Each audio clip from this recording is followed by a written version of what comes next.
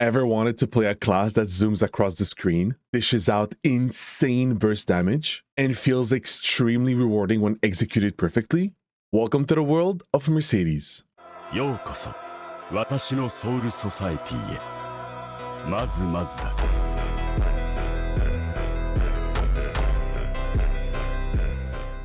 Hello everyone, my name is HEXA and I've been maining Mercedes for a little bit more than a year now, and I've also just recently hit level 290 with it. When it comes to content, I am as late game as it can get. Today, I wanted to shed some light on my favorite class in the game and give you all a great overview on it. With that being said, I really hope you guys enjoyed this video. I just want to let you guys know that I stream every day at twitch.tv/HEXAverse. Check it out. Peace. Mercedes is a fast-paced, burst-focused class that blends elements from both archers and thieves, placing her in a unique hybrid role. She excels at delivering explosive damage in short windows, while also providing valuable debuffs that enhance both her own power and her party's effectiveness. With a kit centered around fluid movement and skill chaining, Mercedes is an agile, high-skill ceiling class that thrives on positioning and quick reflexes rather than pure defensive abilities. While she does have some defensive tools, her true strength lies within her mobility and precision, allowing her to weave through enemies and avoid damage through skillful maneuvering. Unlike resource management heavy classes, Mercedes has no gauge or summon mechanics to monitor. Instead, she plays as a reaction-based class similar to Cadena, where success is driven by fast inputs and mastery of her own combos. While she has a moderate learning curve, those who take the time to refine their execution will find a rewarding and highly dynamic playstyle. Why should I play Mercedes? Well, Mercedes stands out for two key reasons: explosive burst damage and insane mobility. When it comes to her damage, there's nothing more satisfying than watching a boss's HP bar melt in seconds during her burst window, and a few classes can match her sheer damage output in that moment. However, what truly sets Mercedes apart, in my opinion, is her incredible movement options. Watching skilled players glide around bosses seamlessly, dodging attacks while chaining combos is mesmerizing, and she gives you the tools to do just that. With ground dashes, aerial finesse, and air stalling, she is one of the most mobile classes in the game, capable of dodging attacks where others would have to rely on iframes and defensive cooldowns. As I mentioned earlier, Mercedes thrives on quick thinking and positioning rather than tanking damage. And when it comes to party play, she is a huge asset, offering 3 powerful debuffs with 100% uptime. Spikes Royale,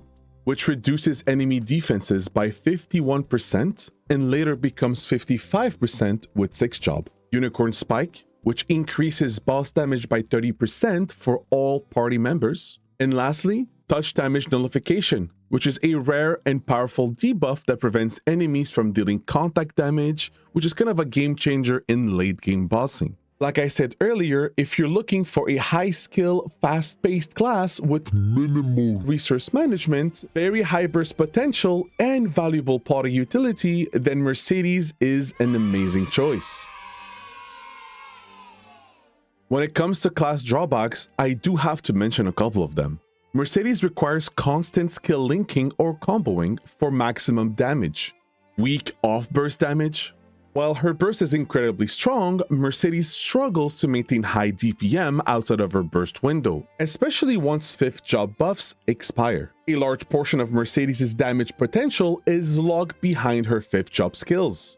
When those skills are on cooldown, she will feel underwhelming compared to other classes with more consistent damage output. That being said, her overall DPS is not bad, but she feels much stronger once her full kit is available.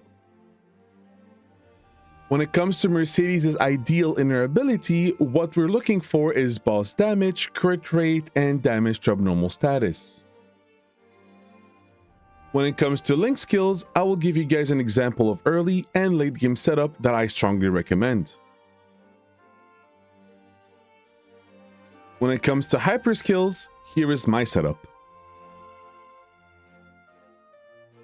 When it comes to Legion artifacts, the 6 most important stats are crit rate, boss damage, all stats, crit damage, and ignore enemy defense.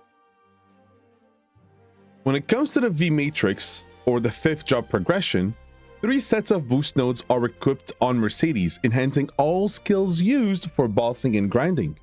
Here's a visual representation of how I would recommend configuring those boost nodes. Next, here is how I would prioritize leveling up nodes. Also, do not forget to equip both Decent Advanced Blessing and Decent Speed Infusion, as they are now both passive effects. Lastly, make sure you have Decent Combat Orders equipped, as it also enhances our skills later on. When it comes to 6th job progression, for the HEXA stat, the priority is attack, followed by main stat and boss damage. But for the HEXA skills, the most accurate answer will always be to set up your own Maple Scouter and follow the recommended order, as it takes into account the highest final damage gains per fragment spent. However, if that is not possible for you at the moment, here's an actual example of the order that is recommended. Beware that this figure will also include the upcoming 3rd and 4th new masteries, Elemental Knights and Unicorn Spike, which you can safely ignore for now.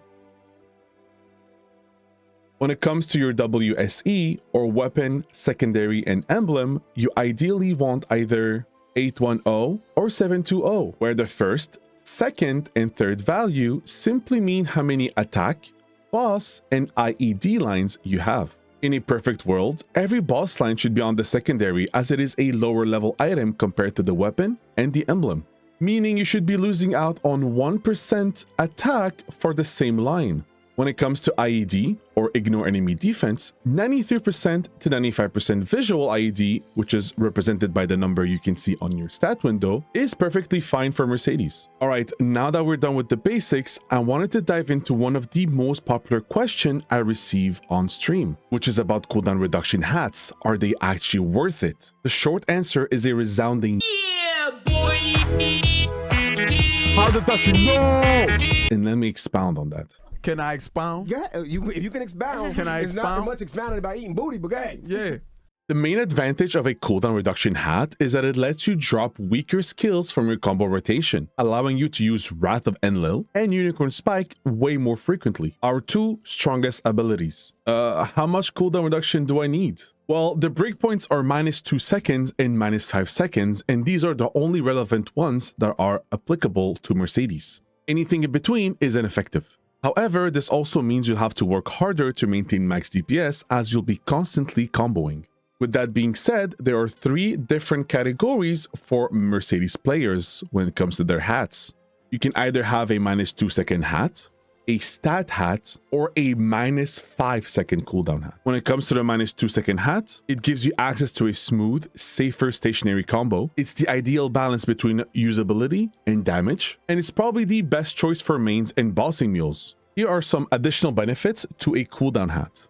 More flexible Angelic Buster link timing, lower cooldown on Water Shield or iframe, improving survivability, slightly reduced cooldown on Spirit Nimble Flight, allowing for more mobility, more generous Freud's Wisdom stacking windows, making burst cycles easier, lower cooldowns on enhanced versions of our 6 job skills, and for mobbing, faster Ur the Fountain and Soul Janus cooldowns. When it comes to the stat hat, it's slightly more damage if you don't want to combo often. However, if you roll a good 2-line stat hat, it's fine to keep, but it's not going to be optimal in the longer run. Lastly, a -5 second hat will allow you to drop 2 skills before cycling Wrath and Unicorn, but considering how hard and unrealistic it is to hit these lines on a hat, we usually leave this option for interactive servers. To summarize all this, if you want a consistent, strong performance, you go for the -2 cooldown hat. If you prefer low effort bossing, then go for a stat hat. And if you can afford it, then definitely you should be chasing a -5 hat, as it is our holy grail. Just don't expect to find one easily. Another popular question I receive all the time is, which Oz ring should I be using for Mercedes? And sadly, there are no easy answers here, as a lot depends on you as a player. I will try to break down every relevant ring that a Mercedes can use and which scenario it will be applicable for. Ring of Restraint. In my opinion, this is the best overall ring that a Mercedes could equip. It is also without a doubt the best ring in a party setting, and especially if there's any final damage stacking. Not only that, but Roar shines for its practicality and ease of use. When learning a new boss, it's safe to say that bursting in Roar will be easier to pull off due to its safe nature and synergistic effect with the 10-second long Genesis iframe. Risk Taker.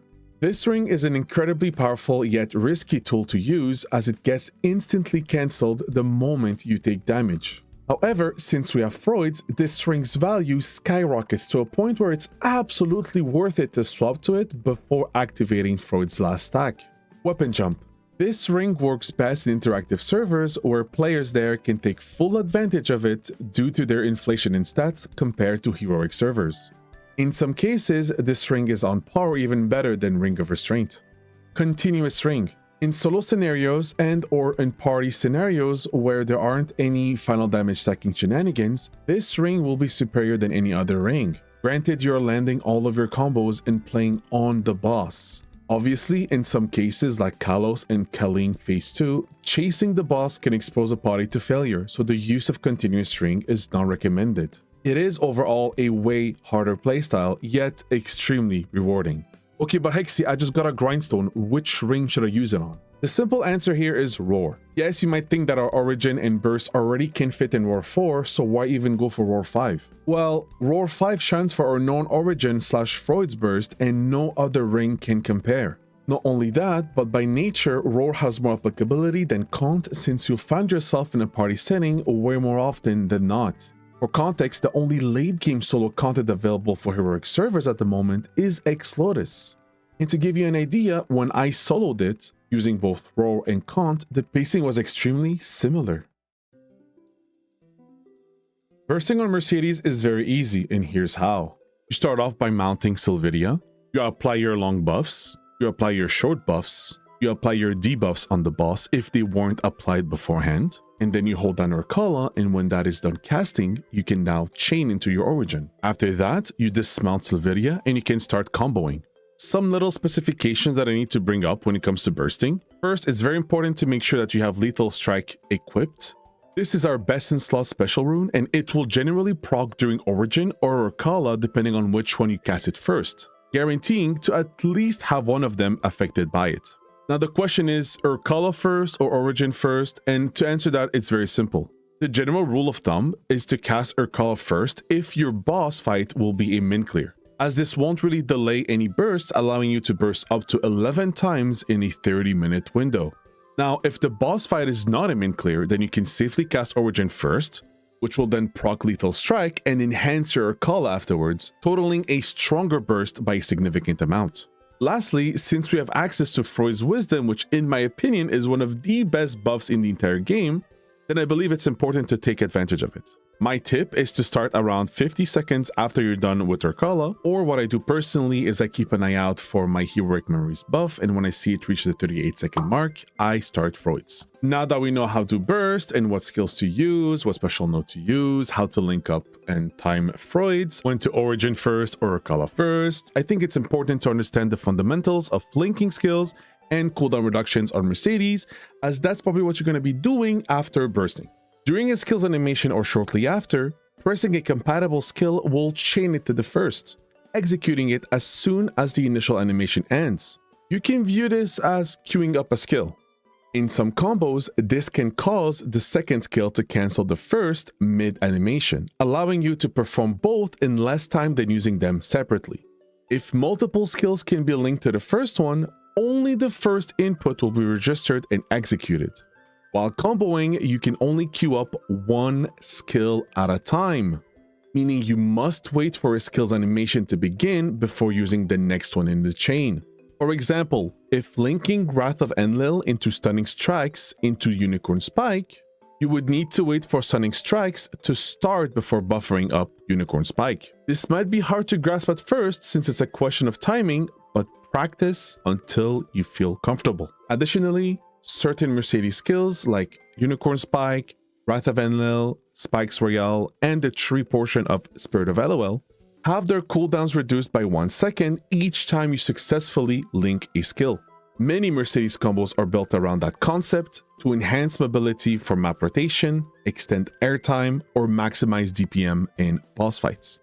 Here are 3 examples of skill linking, and I think those are important to grasp and understand. In the first example, we have Wrath of Enlil, Stunning Strikes, and Unicorn Spike. In order for these links to work, we need to do Wrath of Enlil into Stunning Strike, wait for Stunning Strike to start, and then link it with Unicorn. If done successfully, you will reduce 1 second on Wrath of Enlil and 1 second on Unicorn Spike. If the timing is not respected, you will not be able to reduce cooldown on Unicorn Spikes. So it is important to wait for Stunning Strike to start and then press Unicorn Spike. In this second example, it's very simple to understand that you're using Stunning Strikes into Wrath of Enlil, and that will result into a -1 second on Wrath of Enlil.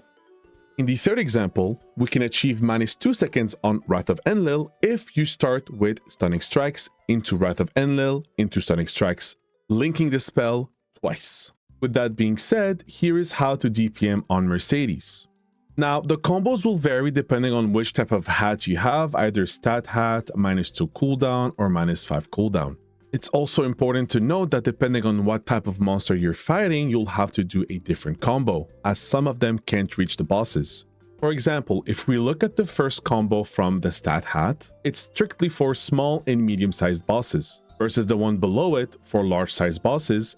This combo will be significantly stronger than the one before. Naturally, we cannot use the large-sized boss combo versus small or medium-sized bosses. Also, as you can see, with more cooldown reduction on the hat, less Stunning Strikes are being used, resulting in more Wrath of Enlil and Unicorn Spike used in the same amount of time. Unfortunately, this video will not go through every single combo that we have at our disposal, but what I can do in this video is demonstrate a little 5 to 10 seconds of each combo displayed on screen to give you a visual representation of what it would look like if you successfully link every skill together.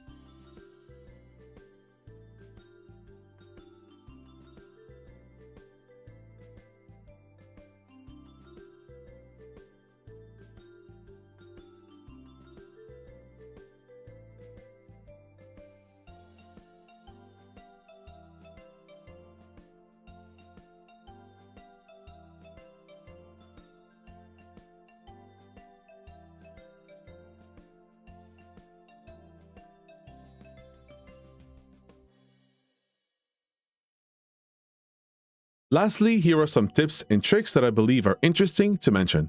You should definitely keybind your flash jump onto your keyboard for more precise and faster movement. You can cancel Guzda if you press Leaf Tornado right before landing.